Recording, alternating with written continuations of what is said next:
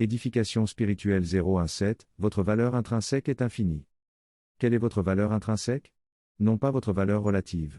La valeur que la société définit pour vous en fonction de votre niveau d'études, ou de votre niveau hiérarchique au sein d'une entreprise, d'une institution ou d'une structure, ou de votre niveau de revenu d'une manière générale. Non pas la valeur relative. La valeur que les gens définissent pour vous en fonction du niveau de prestige de votre statut, ou de votre métier, ou de votre carrière. Ou en fonction du niveau de célébrité ou du niveau de reconnaissance que vous avez au sein de la société à travers votre activité ou votre fonction. Quelle est votre valeur intrinsèque?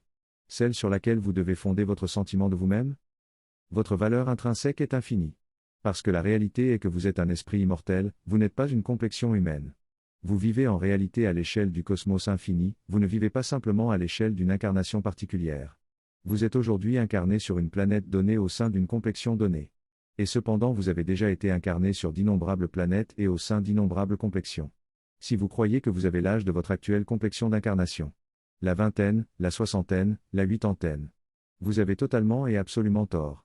Et la seule raison pour laquelle vous adoptez une telle croyance erronée, c'est parce que votre mémoire immédiate ne rend compte que de votre incarnation en cours. Votre âge réel est cosmique. Et votre identité réelle est cosmique. Vous êtes un esprit immortel. Et l'essence de ce que vous êtes transcende n'importe quelle identification à quelque monde que ce soit et à quelque complexion d'incarnation que ce soit. Certes, votre mémoire immédiate ne rend compte que de votre situation d'incarnation immédiate.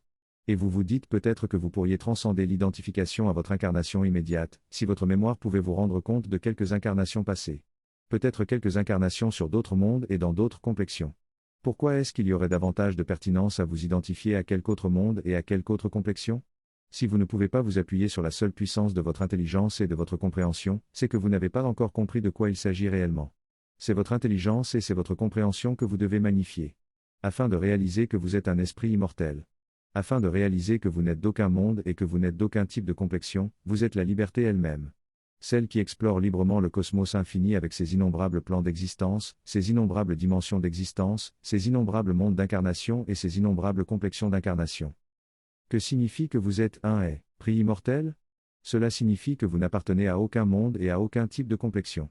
Et si c'est une erreur de vous identifier au monde en cours sur lequel vous êtes incarné, et au type de complexion en cours dans lequel vous êtes incarné. C'est une erreur identique de reporter votre identification à quelque autre monde et à quelque autre type de complexion.